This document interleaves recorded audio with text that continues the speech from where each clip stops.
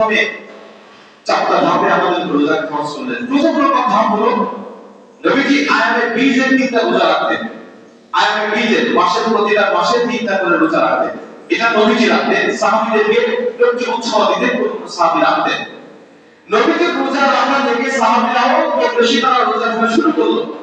নবীজির দেখা অনুযায়ী সাহাবীরা উদ্বুদ্ধ হতে লাগলেন রোজার প্রতি আকর্ষণ তাদের জন্মাতে লাগলো যে নবী রোজা রাখে আমরা রাখি, এর প্রতি এত ফজিলত আছে, রাখলে আমাদের জন্য ভালো হবে। এজন্য কিছু কিছু সাহাবী এটার উপরে উদ্বুদ্ধ হয়ে অনুপ্রেরণা জুগিয়ে তারা রোজা রাখা শুরু করলো। এটা হলো প্রথম কথা, বাধ্যতামূলক নয়। নবীজি রাখতেন তাই তারাও রাখে। দুই নম্বরে আল্লাহ পাক একটা রোজা ফরজ করলেন, আশুরা রোজা, অর্থাৎ মুহররম মাসের 10টা দিনের রোজাটাকে আল্লাহ ফরজ করে দিলেন। আপনারা জানেন নবী সাল্লাল্লাহু আলাইহি ওয়াসাল্লাম একটা মদিনা শহরে গেলেন, ইহুদিদের সাথে সাক্ষাৎ হলো। ইহুদিরা রোজা রাখলেন, রোজা আছে একটা। নবী বলছেন তোমরা রোজা আছো কেন? বলছে আপনি কি জানেন না এই দিনে আমাদের ভাই আমাদের নবী মুসা তিনি ফিরআউনের হাত থেকে রক্ষা পেয়েছিলেন, এজন্য আল্লাহ পাকের শুকরিয়া স্বরূপ মুসা আলাইহিস সালাম তিনি রোজা রাখেন আর আমরা তার উম্মত হিসেবে আমরা রোজা রাখি। মুসলমান ভাইরা নবী তখন বলেছিলেন শোনো তাহলে আলা আহাকু বিমুসা বিকুম, তোমাদের থেকে আমার ভাই মুসার প্রতি আমার বেশি হক রয়েছে। তোমরা তো তার অনুসরণ করো না, কিন্তু আমার ভাই মুসা ছিলেন মুসলিম, আমি হলাম মুসলমানদের নবী, অতএব তোমাদের থেকে তার প্রতি আমার হক বেশি আছে। তোমরা রোজা থাকতে পারলে আমি কেন থাকতে পারবো না? নবী সাল্লাল্লাহু আলাইহি ওয়াসাল্লাম তখন আশুরা রোজা রাখা শুরু করলেন এবং এটা আল্লাহ ফরজ করে দিলেন। এই রোজাটা তখন সাহাবীরা বাধ্যতামূলক রাখা শুরু করে দিলেন। দুই ধাপে এখন সাহাবীদের মধ্যে অনেকটাই আগ্রহ করে এবং তারা খরচ হয়ে যাওয়ার কারণে বাধ্যতামূলক রোজা রাখা শুরু করলেন। তিন নম্বর ধাপে এসে আল্লাহ পাক আয়াত নাযিল করে দিলেন, ইয়া আইয়ুহাল্লাযীনা আমানু কুতিবা আলাইকুমুস সিয়াম কামা কুতিবা আলাল্লাযীনা মিন ক্বাবলিকুম, হে বান্দারা তোমাদের উপর রোজাটাকে ফরজ করে দেওয়া হয়েছে যেমনি ভাবে ফরজ করা হয়েছিল তোমাদের পূর্ববর্তীদের উপরে। আল্লাহ পাকের আয়াত যখন নাযিল হয়ে গেল, আল্লাহ পাক ফরজ করে দিলেন কিন্তু বাধ্যতামূলক করলেন না। কেন? আল্লাহ পাক এর পরবর্তীতে আয়াত নাযিল করে দিলেন, ওয়া আল্লাযীনা ইউকিমুনাহু ফিদিয়াতুন তাআম মিসকিন, শোনো তোমাদের উপরে রোজাকে ফরজ করা হয়েছে কিন্তু একেবারে বাধ্যতামূলক করে দেওয়া হয় নাই। তোমাদের মধ্যে যারা ধনী আছে, যারা ফিদিয়া দেওয়া ক্ষমতা রাখো, যার টাকা পয়সা বেশি আছে, সে যদি ইচ্ছা করে রোজা রাখবো না, তাহলে রোজা না রেখে গরিব মিসকিনকে যদি ফিদিয়া দিয়ে দিতে পারে, তারপরে আল্লাহ তার রোজা তাকে কবুল করে নেবে।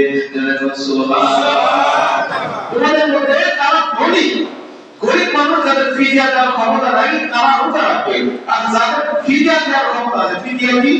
একটা রোজার বিনিময়ে একটা গরিব মিসকিনকে আপনি 2 বেলা খাবার খাওয়াবে, অর্থাৎ সাহায্য খাওয়াবে, ইফতার করাবে, এতে একটা ফিদিয়া হয়ে যাবে। অর্থাৎ ওই রোজার বিনিময়ে ফিদিয়া দেওয়ার জন্য একটা রোজা হয়ে যাবে।